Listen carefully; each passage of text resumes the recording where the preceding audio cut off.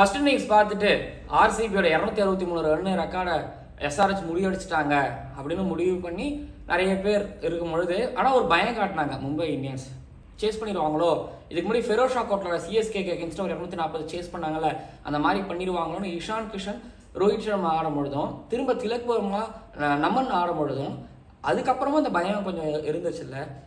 Probably ஐபிஎல்ல சிறந்த கேம்லாம் இல்லை, பட் இந்த வருஷத்தில் நான் சொல்லியிருக்கிறேன் ஐபிஎல் அப்படிங்கிறது வந்து எக்கச்சக்கமான சர்ப்ரைஸ் உங்களுக்கு கொடுக்கும். நீங்கள் எதிர்பார்க்காத நிறைய ஆச்சரியங்களை உங்களுக்கு கொடுக்கும். இதுக்கு முன்னாடி 2 சூப்பர் ஓவர்லாம் பார்த்துருப்பீங்க, அதெல்லாம் கொடுக்கும். பட் இந்த வருஷம் என்ன கொடுக்க போகுது, என்ன ஆச்சரியம் காத்திருக்கு அப்படின்னு பார்க்கும்பொழுது T20 கிரிக்கெட் தான் அப்டேட் ஆகிடுச்சப்பா. இதில் வந்து நிறைய ரெண்டுலாம் வருதேப்பா. அப்போ ஐபிஎல் வந்து இந்த T20 கிரிக்கெட்டை விட T20 கிரிக்கெட்டை விட ஐபிஎல் அப்படிங்கிறது, நான் T20 ஐபிஎல் வேற மாதிரி தான் பார்க்குறேன். அந்த T20 கிரிக்கெட்ல ஐபிஎல்ங்கிறது எப்பவுமே ஒரு படி மேலே, நாங்கள் தாண்டா வசதி அப்படின்னு ஒரு ட்ரெண்ட் செட் பண்ணோம். ஒரு T20 கிரிக்கெட்டை விட ஒரு படி மேலே இருக்கும்ல. இன்னைக்கு அதை காமிச்சது மும்பை இந்தியன்ஸ். சும்மா சொல்லக்கூடாது, செம்ம இன்டென்ட் காமிச்சாங்க. எல்லாரும் நினைப்பீங்க ஒரு ஏடன் மார்கரம் பற்றி பேசுறதோ, அபிஷேக் சர்மா பற்றி பேசுறதோ, ஹெட் பற்றி பேசுறதோ இருக்கு. பவுலர்ஸ்களை பற்றி பேச போகிறேன். நம்ம எங்கே கேம் மாறிச்சு அப்படிங்கிறத பேசுவோம். இந்த கேமை நம்ம எப்படி அணுகணுங்கிறத பற்றி பேசுவோம். எதனால தோக்குறாங்க Mumbai Indians, back to back 2 game தோத்துருக்காங்க. ஹர்திக் பாண்டியா தான் காரணமா, ஹர்திக் பாண்டியா என்ன தப்பு பண்ணுறாருங்கிறதையும் நம்ம வந்து பேசுவோம். மும்பை இந்தியன்ஸ் திரும்பி வெற்றி பாதைக்கு திரும்பணும்னா என்ன பண்ணணுங்கிறதையும் நம்ம பேசுவோம். நீங்களும் கீழே வந்து பேசுவோம்னா நீங்களும் நானும் தான். கீழே கமெண்ட் பண்ணுங்க. ஜேனியல் லேடிஸ் அண்ட் ஜென்டில்மேன், ஐபிஎல் 2024 மட்டைப்பந்துல உப்பல் ஹைதராபாத்ல நடந்து முடிஞ்ச Sunrisers Hyderabad versus Mumbai Indians மேட்சோட அனாலிசிஸ் அண்ட் ரிவ்யூ பார்க்க வந்துருக்கிறீங்க. சன்ரைசர்ஸ் ஹைதராபாத் டீமுக்கு ஒரு விக்டரி தேவை, பாயிண்ட் தேவை. மும்பை இந்தியன்ஸ்க்கும் ஒரு விக்டரி பாயிண்ட் தேவை. வெற்றியோட ஆரம்பிக்கணும்.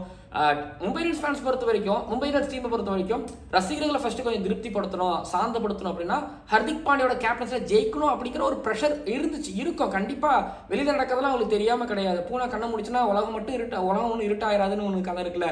அதே தான் நான் மும்பை இந்தியன்ஸ் பொறுத்த வரைக்கும் சொல்லுவேன். ஆனால் எஸ்ஆர்ஹெச் வந்து போன மேட்ச்லேயும் ஒரு 200 ரன் அடிக்கிறாங்க, இந்த மேட்ச்லையும் 278 அடிக்கிறாங்க. அப்படின்னா லுக்ஸ் அந்த 300 ரன், அதாவது T20 கிரிக்கெட்ல 300 ரன் அப்படிங்கிறது பாசிபிள் இருக்குது அப்படின்னு நான் நம்புறேன். அதை பத்தி பின்னாடி பேசுவோம். இந்த மேட்சை முதல்ல எப்படி அணுகணும் அப்படிங்கிறத சொல்றேன். பிச்சு ஒண்ணுமே கிடையாது, பவுலர்களுக்கு துளி அளவு கூட யூஸ் பண்ணாது. ஒன்று டைமென்ஷன்ஸ் வேணா ஹெல்ப்ஃபுல்லா இருக்கும். ஆனால் டைமென்ஷன்ஸும் வந்து பார்த்தீங்கன்னா ஒரு பக்கம் மட்டும் தான் ஐ திங்க் 70ன்னு நினைக்கிறேன். மிச்ச சைடு வந்து பார்த்தீங்க அப்படின்னா 63 மீட்டர் சைடு தான், ஓகேங்களா? அப்படிங்கிறதுனால பெரிய சைடில் ஒரு ஸ்பின்னரை போடும்பொழுது வேணா மேபி வேணா எடுக்கலாம். ஏன்னா இவர் சாவ்லா அடிக்கும் பொழுது ஒரு பவுண்டரி ரோப்புக்கு பக்கத்தில் அந்த எல்இடிக்குள்ள தான் விழுந்துச்சு. அதே போல் மயங்க் மார்க்கண்டே அட்டாக் பண்ணும்பொழுது அப்படி தான் இருந்துச்சு பெரிய சைடை கொடுக்கும் பொழுது. மற்றபடி இந்த பிச்சோ இங்கே இருக்கக்கூடிய டைமென்ஷன்ஸோ பொதுவாக பவுலர்களுக்கு யூஸ்ஃபுல்லாகவே இல்லை. அதனால் பவுலர்ஸ்களை பொறுத்த வரைக்கும் 2 டீமோட கண்டிப்பாக 2 டீமுக்கு நல்லாவே தெரியும், நம்ம பவுலர்ஸில் எதையும் சீண்ட வேணாம், இங்கே ஒன்றும் பண்ண முடியாது. ஆனால் அதுலேயும் வந்து பார்த்தீங்கன்னா எஸ்ஆர்ஹெச்சோட பவுலிங் பெட்டராக இருந்து, ஜெயிச்சதுனால சொல்ல, ஒரு ஜெயதேவ் உனக்கரோட பவுலிங், பேட் கமின்ஸோட பவுலிங், புவனேஸ்வர் குமாரோட பவுலிங் அதெல்லாம் நல்லா இருந்துச்சு. ஆனால் அது ஏன் நல்லா இருந்துச்சுங்கிறதையும் நம்ம இங்கேயே பேசுகிறோம், கொஞ்சம் பின்னாடி நம்ம பேசுவோம். பட் பவுலர்ஸ்களை பொறுத்த வரைக்கும் நான் இங்கே மாப்பாக்காவை பற்றி பேசுகிறேன். மாப்பாக்காவை பொறுத்த வரைக்கும் வந்து ஒரு அண்டர் 19 பவுலர், ஒரு என்ன சொல்ற, ஒரு சூப்பர் சீனியர் கிரிக்கெட்டுக்கு வரும்பொழுது ஒரு டிஃப்ரெண்ட் டைப் தெரிஞ்சிருந்திருப்பாரு. நல்ல ஹைலி கான்ஃபிடென்ட் ஒரு பவுலர். அவர் பேசும்பொழுதோ, அவர் பவுலிங்கோ, அவர் அக்ரெஷனோ, செலப்ரேஷனோ, மாதிரி இன்ஸ்விங்கிங் யார்க்கர் அது மாதிரி லைனர் லென்த் வித் பேஸ், ஒரு மாதிரி இளங்கன்று. இந்த பாகிஸ்தான் வந்து பார்த்தீங்கன்னா ஒரு யங் ஃபாஸ்ட் பவுலர்ஸ்களை எப்பவுமே இன்ட்ரோடியூஸ் பண்ணுவாங்க. அந்த கணக்கில் வந்து ஒரு வேளை ஹர்திக் பாண்டியா உள்ள கொண்டு வந்திருக்கலாம். ஆனால் அவர் ஆரம்பத்தில் அடித்தவுடனே அவருக்கு கை வரல. அதுக்கப்புறம் அவர் கடைசியாக ஓவர் போடும்பொழுது வந்து பார்த்தீங்கன்னா ஃபுல்லாக ஸ்லோவாகவும் போட்டார், ஷார்ட்டாகவும் போட்டார். அவருக்கு புரியல, என்னடா எங்கே போட்டாலும் அடிக்கிறாங்க அப்படிங்கிறதுனால அவருக்கு எதுவும் புரியலை. அடித்தாங்க, கம்பேக் கண்டிப்பாக கொடுப்பாங்க அப்படிங்கிறத நான் உணர்றேன். இதுதான் ட்விட்டர்லேயே ட்வீட் போட்டிருந்தேன். அவர் பவுலராக அவருக்கு மட்டும் தான் நான் ட்வீட் போட்டிருந்தேன்னா எனக்கு ஒரு யங்ஸ்டர் அப்படி அடி வாங்குறத பார்க்கும்பொழுது, ப்ளஸ் ஒரு மாதிரி சாம்பியன் பவுலராக அந்த அண்டர் 19 வேர்ல்டு கப்பில் இருந்தவர் இங்கே அடி வாங்கும்பொழுது ஒரு வருத்தம் இருந்துச்சு, அவருக்கு மட்டும் இருந்துச்சு. இந்த மேட்சை பொறுத்த வரைக்குமே நான் இது வந்து இந்த ரெக்கார்டு அப்படின்னு நான் இப்போதைய ரெக்கார்டுன்னு தான் சொல்லுவேன். முறியடிக்கப்பட முடியாத ரெக்கார்டு, இன்னும் பல காலம் பேசணும்னு அப்படி சொல்கிறதுக்கு எனக்கு வாய் கூசுது. ஏன்னா ஃபர்ஸ்ட் இன்னிங்ஸில் ஆர்சிபி 263 ரன் ரெக்கார்டை முறியடிச்சிட்டாங்கடா எஸ்ஆர்ஹெச்னு சொல்லும் பொழுது நான் இன்னும் வெயிட் பண்ணுங்க. மும்பை இந்தியன்ஸோட பேட்டிங் இருக்குது, இந்த பிச்சு வந்து பார்த்தீங்க அப்படின்னா சுத்தமாக பவுலர்ஸ்களுக்கு ஹெல்ப்ஃபுல்லாக இருக்கவே மாட்டுது, ஒன்றும் பண்ண மாட்டுது. அப்படிங்கும் பொழுது இல்லை வெயிட் பண்ணுங்கன்னு தான் நான் சொன்னேன். வெயிட் பண்ணுங்கன்னு தான் நான் எப்பயும் மனசில் நினச்சிக்கிட்டு இருந்தேன், பொறுமையாக தான் பார்த்துக்கிட்டு இருந்தேன். அன்ஃபார்ச்சுனேட்லி மும்பை இந்தியன்ஸ்லாம் அதை பண்ண முடியல. அன்ஃபார்ச்சுனேட்லி சேஸ் பண்ணாத எனக்கு பிரச்சனை கிடையாது. அந்த ரெக்கார்டு அதாவது 277 ரன் அப்படிங்கிறத அடித்து 278 ஐபிஎல் ஹிஸ்ட்ரியிலேயே இதுதான் அதிகபட்ச ஒரு T20 ஸ்கோர். T20 கேமே இதுதான் அதிகபட்ச ஸ்கோர்னு வைக்கிறதுக்கு முடியாமல் போயிடுச்சு அப்படிங்கிறது தான் இருந்தது. ஹோப்ஃபுல்லி இந்த ஐபிஎல்ல முடிப்பாங்க. இப்போ எனக்கு எஸ்ஆர்ஹெச் எடுத்துக்கோங்களேன். எஸ்ஆர்ஹெச் போன மேட்ச்சில் கல்கட்டாவில் ஃப்ளாட்டாக இருந்தது 200 ரன் அடிக்கிறாங்க. இன்னைக்கு 277 ரன் ஒன்று அடிக்கிறாங்க. ஏதாவது ஒரு டீம் பவுலிங்கில் ஒரு சின்னதாக ஒரு தப்பு ஒன்று பண்ணும்போது பிரிக்க மாட்டாங்களா? நடக்காதா? ஏன் முன்னூறு போகாதா அந்த ஐபிஎல்ல? ஹோப்ஃபுல்லி போகும். அது மும்பை இந்தியன்ஸ் கிட்டே இருந்து கூட வரலாம், வாய்ப்புகள் இருக்குது அப்படிங்கிறத தான் வந்து நான் பார்க்குறேன். ஸோ இந்த கேம் பொறுத்த வரைக்கும் ஒரு வீடியோ கேம், ஒரு EA கேம், அந்த மாதிரி தான் வந்து கேம் அப்படிங்கிறது வந்து இருந்துச்சு. இந்த ரெக்கார்டை பற்றி பேசும்பொழுது இந்த மேட்ச்சில் 2 டீமும் சேர்ந்து 38 சிக்ஸர்ஸ் அடிச்சிருக்கிறாங்க. ஐபிஎல் ஹிஸ்ட்ரியிலையும் சரி, T20 கிரிக்கெட் வரலாற்றுலையும் சரி, ஒரு இன்னிங்ஸில் அதிகமாக பதியப்பட்ட சிக்ஸர்களோட எண்ணிக்கை இதுதான். எஸ்ஆர்ஹெச் 18 சிக்ஸர்ஸ் அடிச்சிருக்கிறாங்க. ஜெயிச்ச டீம். தோத்த டீம் மும்பை இந்தியன்ஸ் சேஸ் பண்ணவங்க 20 சிக்ஸர்ஸ் அடிச்சிருக்காங்க. அதுக்கப்புறம் 2 டீமும் சேர்ந்து 523 ரன் அடிச்சிருக்காங்க 2 இன்னிங்ஸ் சேர்த்து. இது ஒரு ரெக்கார்டு T20 கிரிக்கெட் வரலாற்றுலையா இல்லை ஐபிஎல் கிரிக்கெட் வரலாற்றுலேயே 2 டீமும் சேர்ந்து ஒரு T20 கிரிக்கெட்ல அடிச்ச அதிகபட்ச ரன்களும் இதுதான். ஓகேங்களா? இந்த மாதிரி பற்பல ரெக்கார்டுகள் இருக்குது. நான் அந்த ரெக்கார்ட்ஸ் ஸ்டாட்ஸ்லாம் ரொம்பலாம் அதிகமாக பார்க்க மாட்டேன். பட் இந்த பக்கம் லைட்டாக அப்படி திருப்பி சோஷியல் மீடியாவில் அந்த ரெக்கார்ட்ஸ்லாம் வந்துச்சு. இந்த ரெக்கார்ட்லாம் இன்றைக்கோ நாளைக்கோ முறியடிக்கலாம். ஏன்னா ஃபாஸ்டஸ்ட் 50 அப்படிங்கிறத கிளாஸின் வச்சிருந்தாரு, ஹெட் வச்சிருந்தாரு. உடனே அபிஷேக் சர்மா அதை தூக்கிட்டு போயிட்டே இருக்கிறாரு. ஸோ எல்லாமே இப்போ T20 கிரிக்கெட்டில் வந்து ஃபாஸ்ட் காலகட்டம், எல்லாமே டக்குன்னு நடக்குது. இது இந்த T20 மேட்ச் பொறுத்த வரைக்கும், இந்த ஐபிஎல் மேட்ச் பொறுத்த வரைக்குமே வந்து ஒன்று. அதுக்கப்புறம் வந்து பார்த்தீங்க அப்படின்னா இந்த மேட்ச்சை ஜெயிச்சது எப்படி? நான் பேட்டர்ஸுக்குள்ள ப்ரைஸ் பண்ணுறதை விட நான் வந்து பவுலர்ஸுக்குள்ள ப்ரைஸ் பண்ணுவேன். எஸ்பெஷலி வந்து பார்த்தீங்கன்னா மும்பை இந்தியன்ஸ் சைடில் ஜஸ்பிரீத் பும்ரா, கோல்சேவோட கடைசி ஓவர் அண்ட் புவனேஸ்வர் குமார் அவரோட கடைசி ஓவருக்கு முந்தின ஓவர் நினைக்கிறேன், அவரும் நல்லா பவுல் பண்ணார் கடைசி ஓவருக்கு முந்தின ஓவர். அப்புறம் ஒட்டுமொத்தமாக Pat Cummins bowler Pat Cummins, captain Pat Cummins, Jaydev Unadkat, இவங்களை நான் கண்டிப்பாக பாராட்டுவேன். ஸோ இதில் வந்து பார்த்தீங்க அப்படின்னா ஜஸ்பிரீத் பும்ரா நிறைய யார்க்கர்ஸ் பவுல் பண்ணலை. ஓகேங்களா? ஆனால் அவர் அடிக்கிறது ரொம்ப கஷ்டமாக இருந்துச்சு. அவர் அடிக்கலை. ஓகேங்களா? இது ஜஸ்பிரீத் பும்ரா அவரை பொறுத்த வரைக்கும். அதேபோல் கோல்சே லைனில் அப்போ தான் ஒரு லைனை பிடிச்சாருன்னு நான் நினைக்கிறேன். லைனை பிடிச்சி ஒரு கரெக்டாக அந்த லைனை பிடிச்சி போட்டுருக்காரு. பேஸ் வேரியேஷன்ஸ் பண்ணார், ஸ்லோவாக பால்கள் போட்டார். இது ஒரு பக்கம். பட் அப்படியே செகண்ட் இன்னிங்ஸ் எடுத்துக்கிட்டிங்க அப்படின்னா நான் ஒரு விஷயத்த சொல்லுவேன். இவ்வளோ பெரிய ஸ்கோர் போர்ட் ப்ரெஷர்னு ஒன்று இருக்குது. ப்ளஸ் ஸ்கோர் கார்டு நம்மளுக்கு அது இவ்வளோ தான் டார்கெட்னு தெரிஞ்சால் பிரித்து அடிச்சிடலாம். அது எவ்வளோ வரைக்கும்னா ஒரு 200, 210, இப்போ இருக்கக்கூடிய கிரிக்கெட்டில் 220 வரைக்கும் போகிறாங்க. பட் 250, 270 போகும்பொழுது அதை பார்ட்டாக பிரித்து பிளான் பண்ணி அடிக்கிறதுங்கிறது எப்படி சொல்கிறதுனா 180 போகும்பொழுது ஒரு 4-5 ஓவர் சொதப்பலாம். ஒரு 2 3 ஏரர் நடந்தால் பிரச்சனை கிடையாது. விக்கெட்டையும் விடக்கூடாது, ரன் ரேட்டும் முக்கியம். ஒவ்வொரு பாலுக்கு ஒரு 4 ரன் 5 ரன் அடிக்கணும், 3 ரன் அடிக்கணுங்கிற பொழுது எல்லாமே சேர்ந்து நடக்காது இல்லை. ஸோ இங்கே வந்து நான் செகண்ட் இன்னிங்ஸில் ஒருவேளை ஓகேங்களா, ஒருவேளை செகண்ட் இன்னிங்ஸில் எஸ்ஆர்ஹெச் பேட் பண்ணி மும்பை இந்தியன்ஸ் பவுல் பண்ணாலும் மும்பை இந்தியன்ஸ் ஜெயிச்சிருப்பாங்கன்னு தான் சொன்னேன். ஆனால் இதில் வந்து நான் பேட் கமின்ஸ் பொறுத்த வரைக்கும் அவர் தெளிவாக இருந்தார். இங்கே பாருங்கள், இவ்வளோ ஸ்கோர் அடிச்சிருக்கிறோம், எப்படியும் அடிக்கணும்னு போவாங்க. அப்படிங்கும் பொழுது ஒவ்வொருத்தருக்கும் ஒரு பிளான் வச்சுருந்தாரு. ஸோ போடுவோம் ஸ்லோவாக, அதாவது லைனில் போடாதீங்க, ஸ்லாட்டில் போடாதீங்க, ஆன் த லைனில் போடாதீங்க, இடுப்புக்கும் போடாதீங்க, வெளியில் ஸ்லோவாக போடுங்க, திருகி போடுங்க. ஓகேங்களா? வேரியேஷன்ஸ் காமிங்க. நீங்கள் வேரியேஷன்ஸ் காமிச்சிங்கன்னா அவங்கள பொறுத்த வரைக்கும் ஷார்ட்டாக அதாவது மும்பை இந்தியன்ஸ் தான் தப்பு பண்ணாங்க, நம்ம அதை தப்பு பண்ணக்கூடாதுங்கிறது அவர் தெளிவாக இருந்தார். அதை தான் பேட் கமின்ஸ் பண்ணார். மேலே போகிற மாதிரியான விக்கெட்டுகளை கிரியேட் பண்ணுங்கள். இவருக்கு ரோஹித் சர்மாவுக்கு ஷார்ட் பால் பிரச்சனை, அவர் அவர் அடிச்சுட்டு தான் இருந்தார். ஷார்ட் பாலில் அவர் அவுட்டார். அதே போல் வந்து பார்த்திங்க அப்படின்னா ஷபாஸ் அகமத் மும்பை RCB வருத்தப்பட்டு இருந்திருப்பாங்க. அவர் அடிக்கிறது பார்க்கும்பொழுது, பவுலிங் பார்க்கும்பொழுது வந்து அவர் அந்த ஓவரில் எடுத்த அந்த விக்கெட் பெரிய டேர்னிங் பாயிண்ட் ஒன்று. அதுக்கப்புறம் அவர் ஹர்திக் பாண்டியாவுக்கு short ball, Hardik Pandya, Tim David 2 பேரையும் வச்சு யார்கர் நச்சுன்னு யார்கர் போட்டுக்கிட்டே இருந்தாங்க, ஸ்லோவர்ஸ் ஒன்று போட்டுகிட்டே இருந்தாங்க.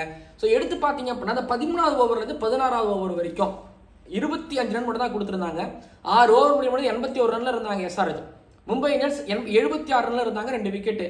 அடுத்தது அந்த 11வது ஓவர் முடியும் பொழுது 161 இருந்தாங்க எஸ்ஆர்ஹெச். மும்பை இந்தியன்ஸ் 151, 10 ரன் தான் டிஃப்ரெண்ட்ல இருந்தாங்க. 10 ரன் லீட்ல தான் எஸ்ஆர்ஹெச் இருந்தாங்க. 13வது ஓவர் முடியும் பொழுது 180 ரன்ல இருந்தாங்க எஸ்ஆர்ஹெச். மும்பை இந்தியன்ஸ் 170 இருந்தாங்க. 14வது ஓவர் முடியும் பொழுது எஸ்ஆர்ஹெச் 191 இருந்தாங்க. அடுத்ததா மும்பை இந்தியன்ஸ் 182 இருந்தாங்க. அடுத்து 15வது ஓவரில் வரும்பொழுது தான் அப்படி சரியாக ஆரம்பிச்சாங்க. 15வது ஓவர் பேட் கமின்ஸ் போட்டார். திரும்ப அடுத்தது வந்து பார்த்தீங்கன்னா 16வது ஓவர் ஜெயதேவ் உனட்கட் போட்டார். வெறும் 5 ரன் மட்டும் தான் கொடுத்தாரு. அதுக்கு முந்தின ஓவரில் 3 ரன் 1 விக்கெட் மட்டும் தான். அடுத்து புவனேஸ்வர் குமார் போட்டார், செட்டச்சிட்டாங்க, 6 ரன் அடிச்சாங்க. ஜெயதேவ் உனட்கட்டை பொறுத்த வரைக்கும் இதுதான் பேட் கமின்ஸ்னு சொல்லியிருப்பாரு. ரன் போனால் பிரச்சனை கிடையாது, விக்கெட் ரன் அவங்களுக்கு ரொம்ப அதிகமாக ஏற்றிக்கிட்டே இருக்கிறோம், பட் விக்கெட்டை மட்டும் எடுத்துருங்க. விக்கெட் நீங்கள் எப்பயாவது விக்கெட் எடுங்க, அது ஒரு ப்ரெஷரை போடும் இந்த மாதிரி கேமில். அதை பண்ணாங்க. விக்கெட் எடுக்கிறது ரொம்ப முக்கியம். வேரியேஷன்ஸ் காமிச்சு டாட் பால் போடுங்க, சிங்கிள்ஸ் எடுக்க வைங்க, அதுவே போதும். அதை பண்ணாங்க. ஓகேங்களா? Full credits goes to Pat Cummins. அவரோட பவுலர்ஸோட ரொட்டேஷனில் விட்ட ஒரு விதம், அவரோட கேப்டன்சி ரொம்ப பிடிச்சிருந்தது, ஃபீல் செட் பிடிச்சிருந்துச்சு. அதை சொல்லுங்க. மிடில் ஓவரில் உம்ரான் மலிக்கை கொண்டு வருது, அதுக்கப்புறம் அவரு வருது, புவனேஸ்வர் குமார் வருது, ஜெயதேவ் உனட்கட்டை பயன்படுத்தின ஒரு விதம். So hats off Jaydev Unadkat, Pat Cummins, captain Pat Cummins, bowler Pat Cummins. And அதுக்கப்புறம் நான் புவனேஸ்வர் குமார் நான் கடைசி ஒரு போட்டு மென்ஷன் பண்ணிக்கிறேன். அந்த பக்கம் ஹர்திக் பாண்டியாவில் தான் தோத்தாங்க அப்படின்னு நான் சொல்லுவேன்.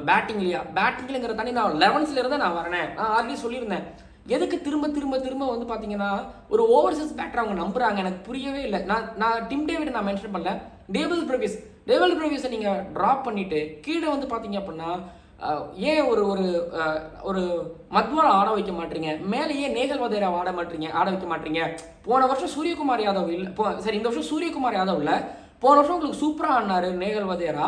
இப்போ சூரியகுமார் யாதவ் வந்தால் இடம் இல்லை தான். ஆனால் சூரியகுமார் யாதவ் இல்லை அப்படிங்கும்பொழுது நீங்கள் எதுக்கு நீங்கள் ஒரு டேவிட் பிரவிஸ்க்கு கிட்ட போகிறீங்க, ஒரு நமன் திரிட்டுலாம் போகிறீங்க. நேகல் வதேராவை நீங்கள் ட்ரை பண்ணலாமே, போன வருஷம் நல்லா தானே ப்ளே பண்ணார் ஒன்று. அதுக்கப்புறம் கீழே வந்து பார்த்தீங்க அப்படின்னா நான் டிம் டேவிடை நான் வெளியில் வைப்பேன். நீ நல்லா ஆடினார். மாப்பாக்கா ஆட வைக்கும் பொழுது ஞாபகப்படுத்திக்கிறேன், ஸ்டீஃபன் ஃப்ளமிங் ஒரு விஷயம் சொன்னார் ஹங்கரேகரை பற்றி சொல்லும் பொழுது. ஐபிஎல்ல சொன்னார் போன வருஷம். இங்கே பாருங்க, ஹங்கரேகர் எக்ஸ்ட்ரானரி டேலண்ட்டுங்கிறது நல்லாவே தெரியும், ஓகேங்களா? ஆனால் அந்த பையனை நாங்கள் உள்ளே கொண்டு வந்து இந்த மாதிரி லீகில் கொண்டு வந்து அந்த பையனோட கான்ஃபிடென்ட் உழைச்சி அந்த பையனோட வாழ்க்கையை கெடுக்க நாங்கள் விரும்பலை. அதனால் கொடுக்க வேண்டிய நேரத்தில் கரெக்டாக கொடுப்பாரு. அதே தான் மாப்பாக்காக்க பண்ணிருக்கணுமோன்னு நான் சொல்லுவேன். ஓகே, துஷாரா இருக்காரு, ரெட் ஹாட் ஃபார்ம்ல இருக்கிறாரு, பண்ணிருக்கலாம். இல்லை உங்களுக்கு நேகல் வதேரா மாதிரி இங்கே மத்வால் கீழே போன சீசன் நல்லா பண்ணியிருக்காரு. எந்த டீம்லையாவது போன சீசன் நல்லா பண்ணியிருக்கிறாங்க அப்படின்னா அந்த சீசனில் அடுத்த சீசனில் அவங்க உட்கார வைப்பாங்களா? 11 உங்களுக்கு செட் ஆச்சு, உங்களுக்கு என்ன பிரச்சனை? எதுவும் பிரச்சனை இல்லை. 11 செட் ஆச்சு, கீழே பவுலர்ஸுக்கும் செட் ஆகிட்டாங்க. இருக்கக்கூடியவங்களை வச்சு சரியாக ஆடணும். பட் அந்த 11th செலக்ட் பண்ணுறது, அதாவது டாஸ் போட முடியாது. ஹர்திக் பாண்டியா சொன்னார், போன மேட்ச்ல நான் சில தப்பு பண்ணேன், தோத்துட்டோனாரு. பட் இந்த தடவை ஏன் அதை தப்பு பண்ணுறீங்க, திரும்ப ஏன் அதை தப்பு பண்ணுறீங்க? இப்போ இதே 11 வச்சு அடுத்த மேட்ச் போவீங்களான்னா தெரியல. இப்போ அடுத்த 11 மாற்றியும் ஜெயிக்கல அப்படின்னா திரும்பவும் கஷ்டம். ஸோ ஹர்திக் பாண்டியா 11 செலக்ட் பண்ணுறதுல தப்பு பண்ணுறாரு. யங்ஸ்டர்ஸ் ஒரு David Brevis, Maphaka, maybe Mark போஸோட இன்ஃப்ளூயன்ஸ், ஒரு பையனா 2 சவுத் ஆஃப்ரிக்கன்ஸ் ஆடுறாரு அப்படிங்கிறத பார்க்கும்பொழுது மேபி மார்க் போஸோட இன்ஃப்ளூயன்ஸ் இருக்கலாமான்னு எனக்கு தெரியல. ஆனால் என்னை பொறுத்த வரைக்கும் போன வருஷம் 2 பேர் நல்லா பண்ண மும்பை இந்தியன்ஸ் 2 பேர் உட்காந்துருக்காங்கிறதுலேயே எனக்கு ஒரு வருத்தம் இருக்குது. பட் நல்லா ஃபைட் பண்ணாங்க. ஒரு நமன்தீர் சூப்பராக ஃபைட் பண்ணுறாரு. இஷான் கிஷன் போன மேட்ச்ல நல்லா பட்டுது, இந்த மேட்ச்ல நல்லா பட்டுது. ஏதோ ஒரு மெசேஜ் ஒன்று கொடுத்துக்கிட்டே இருக்கிறார். இண்டிகேஷன் தெரியுது, பார்க்க முடியுது ஒரு பெரிய இன்னிங்ஸ். அதே போல ரோஹித் சர்மா கிட்ட ஒரு இண்டிகேஷன்ஸ் பார்க்க முடியுது, சம்திங் ஏதோ ஒன்று வரப்போகுது அப்படிங்கிறத கிளியராக பார்க்க முடியுது ஒரு பக்கம் அப்படின்னா. அண்ட் ஹர்திக் பாண்டியோட பேட்டிங் புவர் பேட்டிங்கிறத தாண்டி எக்ஸ்ட்ரானரி பவுலிங் அந்த பக்கம். பட் அவரும் யார்க்கரை ட்ரை பண்ணி பார்த்தாரு, முடியலை. அடிச்சு பார்த்தாரு, முடியலை. கடைசி வரைக்கும் வரல வந்து பார்த்தீங்கன்னா எதுவுமே பண்ண முடியல. ஒரு கடத்தில் டிம் டேவிட் நிறைய ஸ்கொயர் ஆகிறாரு. ஒரு பக்கம் ஸ்ட்ரைக் அவருக்கு நிறைய கிடைச்சது, ஆனால் ஹிட் பண்ணாரு. ஒருவேளை புவனேஸ்வர் குமாரோட ஒரு அடிக்கணும்னா டிம் டேவிடும் ஹர்திக் பாண்டியா ஒன்று தான் என்னை பொறுத்த வரைக்குமே. 2 பேருமே ஒரு பக்கம் எடுத்துகிட்டு போகும்போது அப்படியே மாதிரி தேங்கிட்டாங்க. அண்ட் திலக் வர்மா நம்பிக்கை கொடுக்குறாரு, லோக்கல் பாய். அவரோட ஷாட்ஸ் எக்ஸ்ட்ரானரியாக இருந்தது, ஒரு இன்டென்ட் இருந்துச்சு. எல்லார்ட்டையுமே அந்த இன்டென்ட் அண்ட் கான்ஃபிடென்ட் பார்க்க முடியுது. அந்த பக்கத்தில் அபிஷேக் சர்மா, ட்ரெபிசெட் பொறுத்த வரைக்கும் எப்படி சொல்கிறதுனா திரும்பவும் ஒரு மாதிரி நவம்பர் 19 ஞாபகப்படுத்துறாரு இந்தியன்ஸுகளுக்கு. எனக்கு ஒரு விஷயம் திரும்பவும் நான் பவுலிங்கில் சொல்லும், மும்பை இந்தியன்ஸில் ஆஸ்திரேலியன் பேரத்துகளுக்கு போய் யாராவது ஷார்ட் பால் போடுவீங்களா, பேஸில் ஷார்ட் பால் போடுவீங்களா? எங்கேயாச்சும் டிம் டேவிடுக்கு ஷார்ட் பால் போட்டாங்களா? ஏன்னா பேட் கமின்ஸ்ங்கிற ஒரு பிரெயின் எங்கே இருக்கிறாரு, இவங்களாம் ஷார்ட் பால் போடாதீங்க, போட்டு அடிச்சிருவாரு பேஸில் அப்படிங்கிறத சொல்லிட்டு இருந்திருப்பாரு. Outside off ball, wide போனாலும் பரவாயில்ல, அவுட் சைட் ஆஃப் பால் போடுங்கன்னு சொல்லிட்டு பண்ணியிருப்பாங்க. பட் ட்ரெவிஸ் ஷார்ட் பாலில் ஒரு மாதிரி ஹூக் ஒன்று பண்ணார், பெரிய ஹூக். ஸோ அந்த இடத்துல மும்பை இந்தியன்ஸ் பண்ண எரர். அண்ட் அபிஷேக் சர்மா ஒரே ஒரு ஷாட் பண்ணுறது ரொம்ப கஷ்டப்பட்டு கொஞ்சம் ஓப்பன் பண்ணி ட்ரெவிஸ் ஹெட் மிட் விக்கெட்டில் ஒன்றாரு. அதுக்கப்புறம் அபிஷேக் சர்மா எக்ஸ்ட்ரானரி டேலண்ட். அவர் உள்ளே வந்ததுக்கப்புறம் ஸ்பின்னரை உள்ளே கொண்டு வர முடியல, உள்ளே பும்ராவையும் கொண்டு வரல Hardik Pandya. So captaincy error நிறையா இருந்துச்சு. அண்ட் விட்டுட்டாங்க, அந்த முதல் 10 ஓவரில் கேமை விட்டாங்க. அதுக்கப்புறம் பும்ரா வந்து கோச்சே ஒரு ஓவர் நல்லா போட்டு எதுவும் பண்ண முடியல. ஆனால் தூக்கிட்டு போயிட்டார் அபிஷேக் சர்மா. செம்மையான டேலண்ட். ஸ்பின்னர்ஸுக்கு அகேன்ஸ்டாக அவரோட அடி அது தெரியுது. அதனால் ஸ்பின்னரை கொண்டு வர முடியல, விட்டு உரிச்சாரு. மாப்பாக்கா ஒரு பக்கம் அடிக்கிற அவர் அடித்தார், கோச்சே ஒரு பக்கம் அடித்தார். யார் வந்தாலும் அடி அப்படிங்கிற மாதிரி விட்டு உரிச்சாரு. சாவ்லா அதை பிரித்து எடுத்தார். சாவ்லா ஷார்ட் பால் போட்டார் வெளியில். டவுன் லெக் சைடு போட்டார், இந்த பக்கம் லெக் சைடு வெளியே, திரும்ப உள்ளே போட்டார், அப்படி வெளியில் எல்லா பால் லெக் சைட்லேயே அடித்தாங்க. ட்ரெவிசர் லெக் சைடில் அடித்தார், சாவல் லெக் சைடில் அடித்தார். மர்க்ரம் அதுக்கப்புறம் மர்க்ரம் ஸ்லோவாக ஆன மாதிரி இருந்துச்சு. அதுக்கப்புறம் வந்து கிளாஸிலும் ஸ்லோவாக ஆடுற மாதிரி இருந்துச்சு. ஏன்னா அவங்க 2 பேரும் அப்படி அடிச்சிட்டாங்க. ஸோ ஓவரால் இந்த மேட்ச் பொறுத்த வரைக்கும் பார்த்தீங்க அப்படின்னா பேட் கமின்ஸோட கேப்டன்சி, பேட் கமின்ஸோட பவுலிங், ஜெயதேவனோட பவுலிங் நம்புங்க. அண்ட் அதுக்கப்புறம் புவனேஸ்வர் குமார் கடைசி ஒரு மூலமாக மட்டுமே தான் ஜெயிச்சாங்க அப்படின்னு நான் சொல்லுவேன். பட் ஆனால் இந்த பிச்சிலையும் ஒரு மாதிரி ஃபைட் பண்ணாங்க Mumbai Indians. So far happy. And okay done. Video அனாலிசிஸ்லாம் இல்லை, இந்த மேட்சை பற்றின கருத்து தான் சொல்ல முடியுது. பட் தோத்தாங்க. கேப்டன் ஹர்திக் பாண்டியாவால் தோத்தாங்க இந்த மேட்ச்சு. மற்றபடி பவுலர்ஸுக்கு இருக்கக்கூடிய இன்எக்ஸ்பீரியன்ஸ், ஸோ அதனாலையும் கொஞ்சம் இன்எக்ஸ்பீரியன்ஸ் மீன்ஸ் மாப்பாக்காக தான் சொல்கிறேன். லெஃப்ட் ஹேண்டருக்கு போடும்பொழுது அவங்களுக்கு வந்து அந்த லைனை பிடிச்சி போடும்பொழுது நிறைய ஷார்ட்டாக அங்கங்கே போட்டாங்க. அவங்களுக்கு வந்து ஆன் த லைன் இல்லை, கீழே வரல, கரெக்டாக அடிக்கிறக்கூடிய லைனில் வந்துட்டே இருந்தது. நீங்கள் எடுத்து பாருங்கள், அவங்க வந்து லைன் அண்ட் லெங்த்தை பார்த்தீங்கன்னா அடிக்கிற லெங்த்தில் தான் போட்டே இருந்தாங்க. அது பெரிய ஒரு எரர். பேட்டை குனியை விட்டுட்டே இருக்கணும், பட் குனியை விடவே இல்லை. மும்பை இந்தியன்ஸ் நிம்மதியாக விட்டுருந்தாங்க, அடிச்சிருந்தாங்க. ஓகே, பாயிண்ட்ஸ் டேபிளில் ஒரு முன்னேற்றம் எஸ்ஆர்எச் பொறுத்த வரைக்கும். திரும்ப 2 தோல்வி அடைஞ்சிருக்கிறாங்க மும்பை இந்தியன்ஸ். இதுக்கப்புறம் ஹோமுக்கு போவாங்க. ஹோமில் ஆர்ஆர் கூட தானே ஃபஸ்ட்டு மேட்ச்சு. ஆமாம், அது இருக்குதுன்னு நினைக்கிறேன், பார்ப்போம். பட் எஸ்ஆர்எச் ஃபைனலி வின் பண்ணியிருக்கிறாங்க. 200 ரன் மட்டும் அடிக்கிறாங்க. அவங்களுக்கு சொல்கிறாங்க அப்புறம் 200 ரன் அடித்தா 200 ரன் தான் நமக்கு மாதிரி சொல்கிறாங்க. டன். ஓகேங்களா, வீடியோ நிறைவடையுது. மறக்காமல் சப்ஸ்கிரைப் பண்ணுங்கள்.